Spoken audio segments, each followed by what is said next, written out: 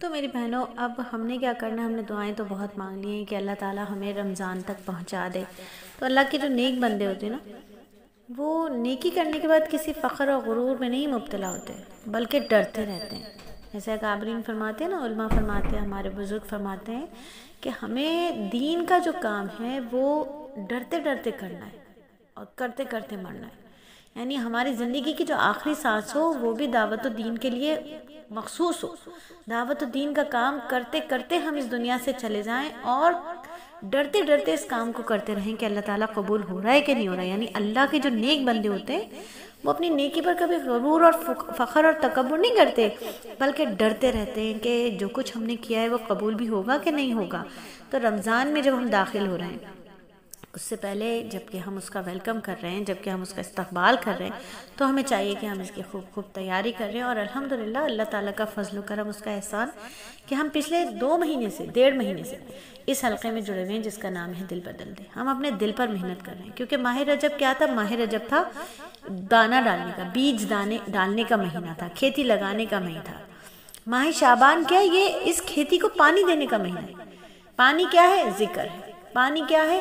نوافل کی کثرت ہے۔ پانی کیا ہے؟ کثرت تلاوت کلام پاک ہے۔ تو پانی کیا ہے؟ اللہ رب العزت کی رضا کے لیے ہر کام اخلاص کے ساتھ کرنا ہے۔ تو ہم نے بیج ڈالا تھا نا ماہ رجب میں، اب ہم شعبان میں اس کھیتی کو پانی دیں۔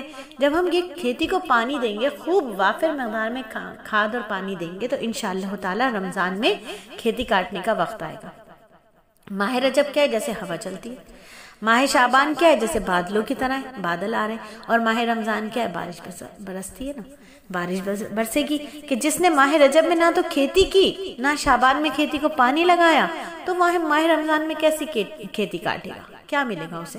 رمضان میں کس طرح گزارے؟ جیسے اس نے 2 مہینے گزار دیے، ویسے وہ رمضان بھی گزار لے گا۔ جس نے تیاری کی ہوگی وہ رمضان کو بہترین گزارے گا، جیسی تیاری ہوگی۔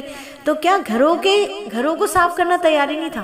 گھروں کے ساتھ ساتھ دلوں کو صاف کرنا تھا، دلوں کا میل بھی صاف کرنا تھا، کہ رمضان میں داخل ہوں تو ہمارے دل کے اندر کسی کے خلاف بغض نہ ہو، کینہ نہ ہو۔ یہ سب کیسے دل سے نکلتا ہے؟ یہ نکلتا کیسے؟ دل سے نکلنا اس کا مشکل ہے یا آسان ہے؟ دیکھیں، جب دلوں میں ایمان آ جاتا ہے نا، پکا ایمان آ جاتا ہے، تو یہ سب غلاظتیں دل سے نکل جاتی ہیں۔ جس طرح آپ ایک پیپسی لیں یا شربت کا کوئی گلاس لیں یا کلر والا پانی لیں، اس پانی کے اندر صاف ستھرا پانی ڈالنا شروع کریں، کیا ہوگا؟ جتنا ڈارک کلر کا گندا پانی ہوگا، اس کے اندر اچھا پانی اس سے کہیں زیادہ مقدار میں ڈالنا پڑے گا، تب کہیں جا کر کے وہ گلاس صاف پانی سے بھرے گا۔ اسی طرح دل کا تعلق ہے، دل کے اندر بغض ہے، کینہ ہے، حسد ہے، ریاکاری ہے، بدکاری ہے، اور دنیا جہان کی جو ہے وہ بدگمانیاں ہیں، یہ اتنی زیادہ ہمارے دلوں کے اندر جڑ پکڑ چکی ہیں کہ اب ہمیں ایمان کے بول، لوگوں کے لیے خوشگمانیاں، اچھائی والی باتیں، اپنے لیے ہر وقت یہ فکر کہ میں کچھ نہیں، میرا کچھ نہیں، کے بول ہمیں ڈالنے پڑیں گے، تب کہیں جا کر ہمارے دلوں سے غلاظتیں نکلیں گی اور ہمارا دل انشاءاللہ تعالی جگمگائے گا ایمان کی روشنی سے۔ تو رمضان کا پورا فائدہ اٹھانے کے لیے اپنے ایمان کی تجدید ہمیں ضرور کرنی ہوگی، اپنے ایمان کو تازہ کرنا ہوگا، اپنے ایمان کی تجدید کرتے رہا کرو۔ لا الہ الا اللہ کثرت سے پڑھا کرو، کثرت سے پڑھا کرو۔ اخلاص پیدا کرنا ہوگا اپنے ایمان کے اندر۔ اگر ہم رمضان کی تیاری کرنا چاہتے ہیں نا، تو اس کے لیے ایمان میں سچائی کی ضرورت ہے۔ اب ایمانی لحاظ سے تیاری کیسے کریں گے؟ کیوں ضروری ہے ایمان کی تجدید؟ کیوں ضروری ہے؟ اس کے لیے اعمال کی قبولیت کی بنیاد جو ہے نا، وہ ایمان پر ہے، ایمان پر، اخلاص پر اعمال کی قبولیت کی بنیاد ہے۔ جتنا اچھا ایمان ہوگا، جتنا مضبوط ایمان ہوگا، جتنا پکا ایمان ہوگا، اتنا ہی عمل اجر و ثواب والا ہوگا۔ یقین اللہ پر ہوگا نا، کہ اللہ دیکھ رہا ہے، اللہ ہمیں جان رہا ہے، اللہ دیکھ رہا ہے۔